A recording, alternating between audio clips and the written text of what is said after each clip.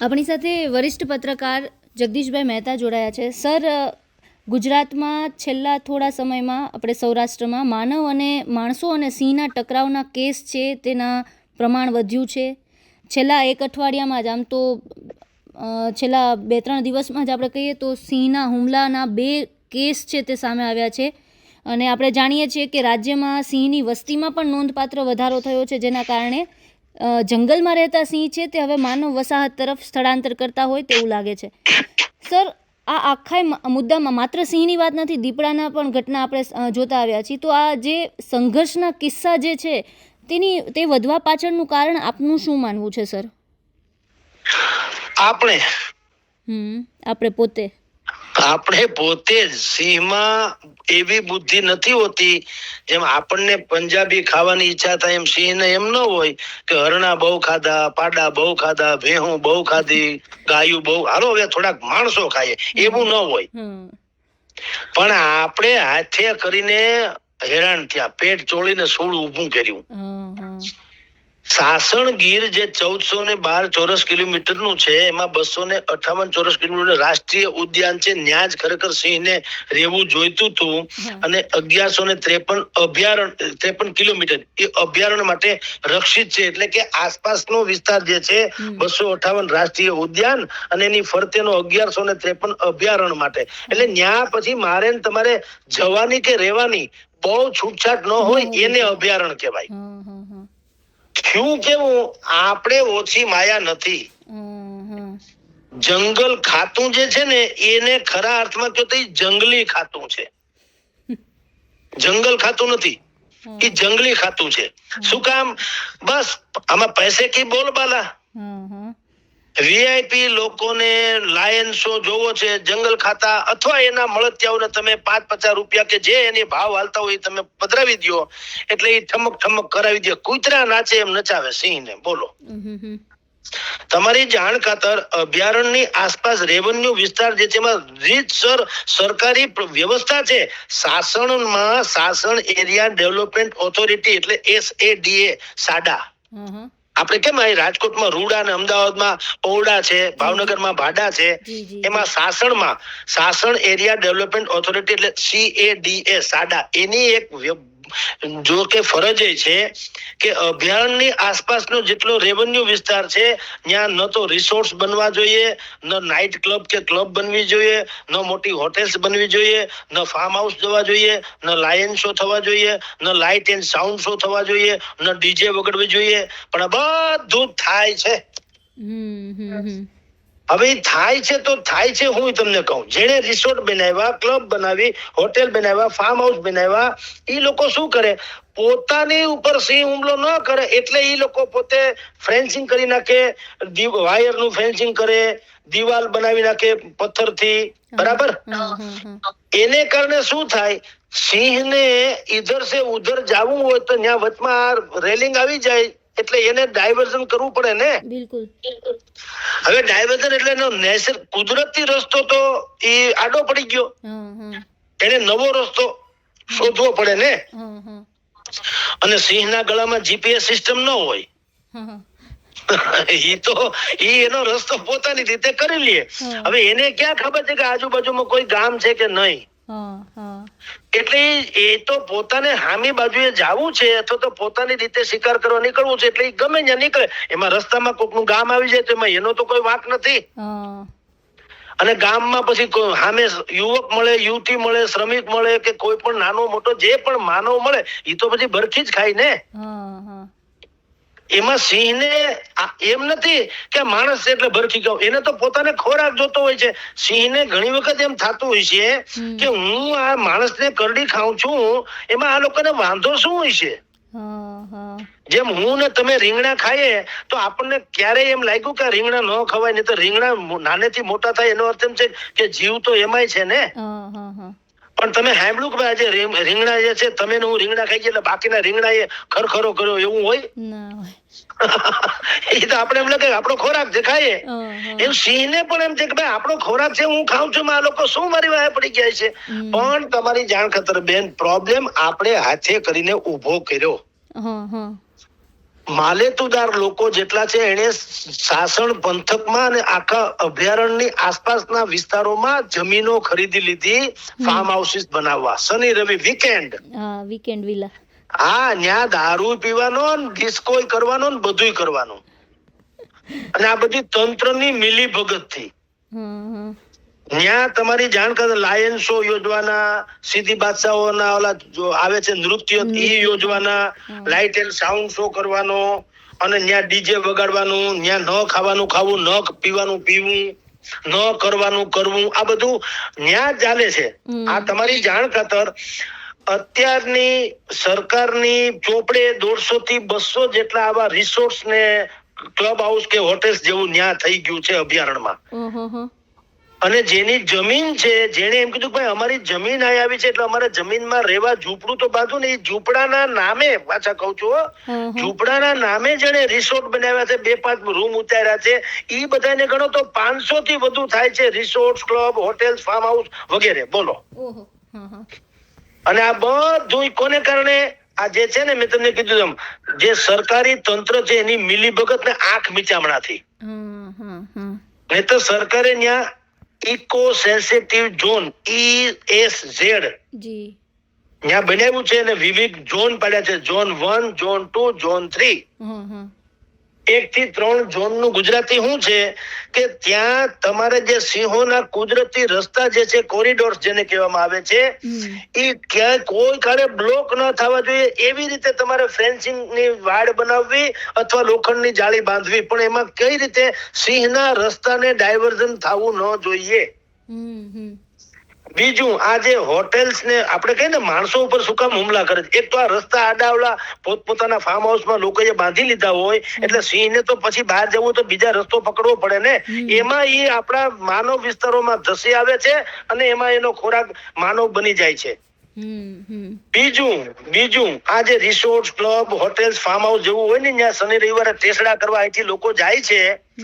એ લોકો ત્યાં ન ખાવાનું ખાય, ન પીવાનું પીવે, પછી જે વેસ્ટ એનો એઠવાડ, આપણી ભાષામાં એઠવાડ, ઈ શું કરે છે? એ વેસ્ટેજ બધું ત્યાં આડાવડું ફેંકી દે. સાંભળજો, હવે એની આપણી ભાષામાં દુર્ગંધ, પણ સિંહની ભાષામાં સુગંધ. એને આવે એટલે એ ખાવા તો આવવાના જ. ઈ ખાવા આવે એટલે માણસની હારે એનો ટકરાવ થાય. કારણ કે સિંહ ગમે ત્યારે આવે ને, સિંહ નું કઈ એપોઇન્ટમેન્ટ તો હોય નહીં કે સમય ન હોય. તમે એઠવાડ નાખવા નીકળો અને સિંહ આવે, છાપો મારે ને ફાડી ખાય. અમરેલી, જુનાગઢ, ગીર સોમનાથ, આપણી સૌરાષ્ટ્રની વાતો છે. દાહોદ અને નર્મદામાં દીપડાના હુમલા થાય છે. નર્મદા અને દાહોદમાં ત્યાં દીપડાના, તમારી જાણ કરતા 891 સિંહ અત્યારે આપણે ત્યાં અભયારણ્યમાં હોવાનું ગૌરવ સરકાર લે છે. પણ જે રીતે એમાં માનવ અતિક્રમણ થઈ રહ્યું છે સિંહના વિસ્તારમાં, આપણું અતિક્રમણ થઈ રહ્યું છે, જોતા આ ગૌરવ ક્યારે નંદવાઈ જાય નક્કી નહીં. કારણ કે ત્યાં જે લાયન શો બધા કરે છે ને સિંહને કૂતરાની જેમ રમાડે છે ને, એને કારણે સત્યાનાશ થઈ ગયું છે. ઓરિજિનલ સિંહ જેને કહેવાય, ડાલામાં તો ગળા સુધી કેવાળી, જાયતી ખજૂરની પેહી જેવો વાન, વહુવારી હામહામી લાજગાડી, કાનહોરી, ઢાલવા છાતી, ગજવા ખભા, આવા જે વર્ણન જે ચારણ સાહિત્યમાં કરવામાં આવે છે ને, એવું ક્યાં? એવા સિંહ ક્યાં કૂતરા જેવા છે. તમે એક કુકડો તમે વચ્ચે જોયું હોય તો એવા મોબાઈલમાં આવા વિડીયો આવ્યા હતા કે એક બાઈના હાથમાં કુકડો છે, કુકડો, જીવતો કુકડો. એની 2 પાંખ એ ભાઈએ પકડી રાખી હોય ને કુકડાને આમ કરે ને, કૂતરાની જેમ ઓલો સિંહ કુકડાને ખાવા થઈને બધા પૂંછડી પટપટાવે ને ઊંચો નીચો થાય ને આડાવડો થાય ને. બોલો, આવું સાંભળ્યું કોઈ સિંહ હોય આવું ક્યાંય? એટલે સિંહને બનાવી દીધા પાલતુ કુત્તા જેવા આ લોકોએ. અને ઈ કોણ કરી શકે? જેનામાં જંગલ ખાતાની ટ્રેનિંગ હોય તે. તમારું મારું કામ નથી. એટલે આ મિલી ભગત જે છે ઈ આખું જે છે ને, ઈ શાકમાં કોળું ગયું એમ બધો ઘાણવો ઈ લોકો દજાડી રહ્યા છે. અને બાકી હતું ઈ સરકારમાં, એટલે કે તંત્રમાં એક અક્કલનો છાંટો નથી. શું કરે છે ઈ લોકો? એમ કે છે કે અહીંથી માલધારીઓને કાઢો. અરે તમે વિચાર તો કરો, વર્ષોથી, દાયકાઓથી, દશકાઓથી, પેઢીઓથી સિંહ અને માલધારી એ બેનું સહ અસ્તિત્વ રહેલું છે. હા હા માલધારી એટલે કે પશુપાલકો જ્યારે ઢોર ચરાવવા જાય ત્યારે સિંહ એમાંથી એકાદ બે પશુને ફાડી ખાય. કોઈ માલધારીએ સિંહનો પીછો કરીને મારી નથી નાખ્યા કે કડવાશ નથી રાખી. નથી રાખી. એ એમ માને છે કે આ એનો કુદરતી ખોરાક છે, એના ભાગમાં હતું, એ ખાઈ ગયું વગેરે વગેરે. એટલે આને સહ અસ્તિત્વ કહેવાય. અને ઈ સિંહ ભેં કે પાડી કે પાડરું કે બળદ કે વાછરડાની ઉપર હુમલો કરે, ઈ તમે જુઓ માલધારી ઉપર હુમલો નથી કરતા, એના છોકરા ઉપર હુમલો નથી કરતા. શું કામ? સહ અસ્તિત્વ છે. ખાવા જોગ જે ચીજ છે એને એ ખાઈ જાય છે, પશુઓ માણસોને કઈ નથી કરતા. એટલે સિંહ સમજુ છે અને તંત્ર જંગલી છે. બોલો, આખું ઊંધું છે. ઊંધું ખાતું છે આખું. એટલે આ બધું જે આપણે અત્યારે તમે જેની ચર્ચા કરી બેન, અમરેલી પંથકમાં તમે જુઓ ગીર ગંઢડાના સાણા વાક્યા ગામે રીવા રામાણી નામની 8 વર્ષની દીકરીને હમણાં ફાડી ખાધી. અમરેલીના ધારુ તાલુકાના માણા વાવ ગામ છે, ત્યાં 5 વર્ષના એક શ્રમિક પુત્રને હમણાં સિંહે ફાડી ખાધો. પછી ભાવનગરના મહુવાના ગઢડા પંથકમાં શ્રમિક યુવકનું ખાલી જો હમણાં માથું જ મેળ્યું હતું. બહુ કરુણાજનક ઘટના હતી. અને અમરેલીના રાજુલામાં એક યુવકને તી પછી પાછો ફાડી ખાધો. અને અમરેલીના બગસરાના હુડકો વિસ્તારમાં 10 વર્ષની એક બાળક હતો, એને દીપડાએ ફાડી ખાધો. આપણે આ બધા સમાચાર તાજા છે. જી સર, જી સર. એ એટલા માટે છે કે આપણે સિંહના વિસ્તારમાં ગયા છે ને સિંહની સુરક્ષા જે થવી જોઈએ નૈસર્ગિક, એ કરવામાં તંત્ર પણ નબળું પડ્યું. એટલે કે આંખ વિચામણા કર્યા. અને આપણે અતિક્રમણ, આપણે એટલે શહેરીમાં માલેતુદાર લોકોએ એને અતિક્રમણ કર્યું. એટલે તમારી જાણ ખાતર આ પરિસ્થિતિનું નિર્માણ થયું છે.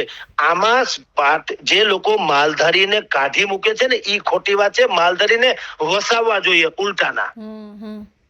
તો એ માલધારી લોકોના પશુ જે હોય છે એને નૈસર્ગિક ખોરાક તરીકે મળી જાય, સહ અસ્તિત્વ જળવાય રહે.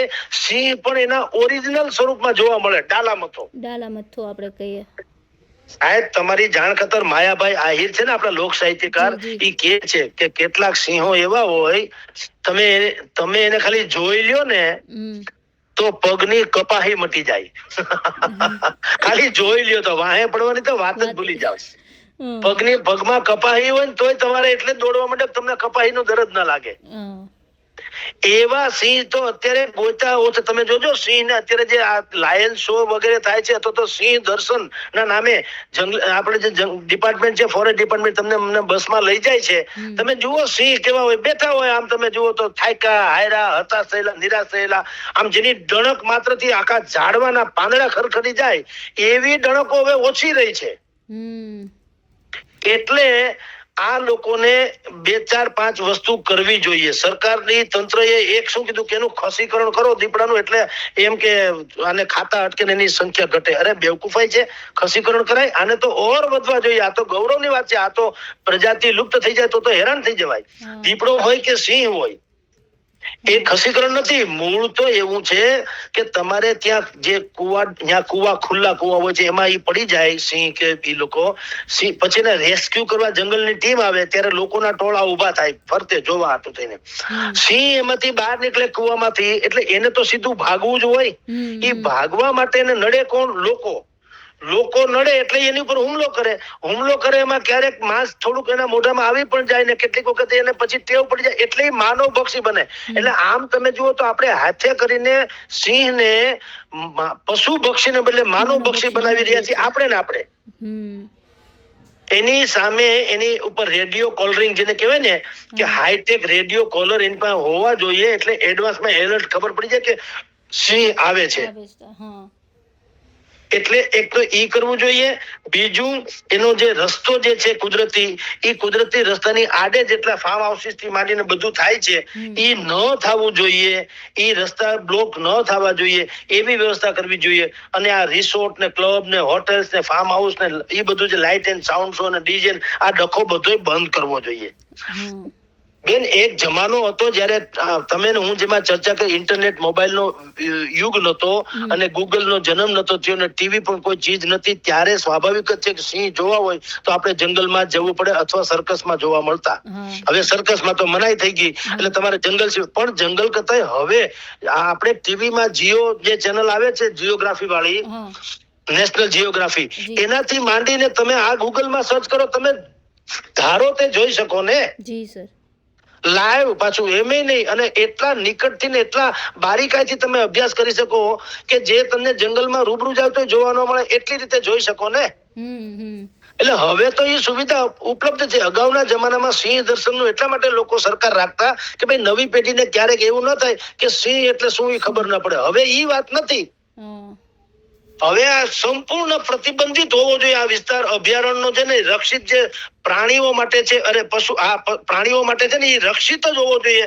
અને ત્યાં સરકારી રૂટ પ્રમાણે જે સિંહ દર્શનનું છે એ ભલે ચાલુ રહે, પણ એ એવી રીતે રહેવું જોઈએ કે કુદરતી રીતે તમને સિંહ જોવા મળી જાય તો ઠીક છે, પણ ઇલેક્ટ્રિક ગાડીઓ હોવી જોઈએ, અવાજ ન કરે તેવી.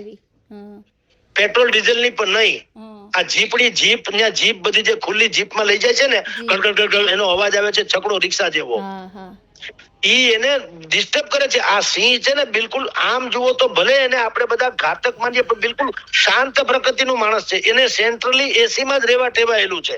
ઈ જયારે બહુ મોટું મારણ કરી લે પાડાનું કે પાડીનું કે વાછડી કે ગાયનું, તમારી જાણ ખાતર ઈ ધરાઈ જાય ને પછી એવી બખોલ બોર્ડ જેને કહેવામાં આવે, એટલે ડુંગરા જેવું હોય એને ઈ ખોદીને અંદર ઈ બોર્ડ બનાવે અને ઈ સેન્ટ્રલી એસી જેવી ટાઢક હોય એમાં ઈ સૂતો રહે 2-3 દી સુધી, ન બહાર આવે ન કાંઈ. શિકાર કરવો હોય ત્યારે જ બહાર આવે. તો આ બિલકુલ શાંત પ્રકૃતિનું છે. એને એમનેમ જીવવા દો નૈસર્ગિક રીતે, તો એની પ્રજોપતિ પણ સારી થાય, તો આપણું ગૌરવ ગરિમાપૂર્ણ રીતે રહે. પણ આપણે બધાએ એટલે કે માલેતુજા શહેરીજનોએ ન્યા જંગલમાં જમીનો ખરીદી લીધી અને અત્યારે જે 1412 ચોરસ કિલોમીટરનું આ સિંહ અભયારણ્ય છે, એ તમારી જાણ ખાતર તમારા મારે એટલે આપણા જે માણસોના અતિક્રમણથી ખદબદી રહ્યું છે. એટલે સિંહ આપણામાં આવવા માંડ્યા અને આપણે અત્યારે આ બધી વેઠી રહ્યા છીએ એની કરુણા. બિલકુલ સર. જી બેન. બિલકુલ સર, તમામ માહિતી આપી તે બદલ આભાર સર આપનો. નમસ્કાર.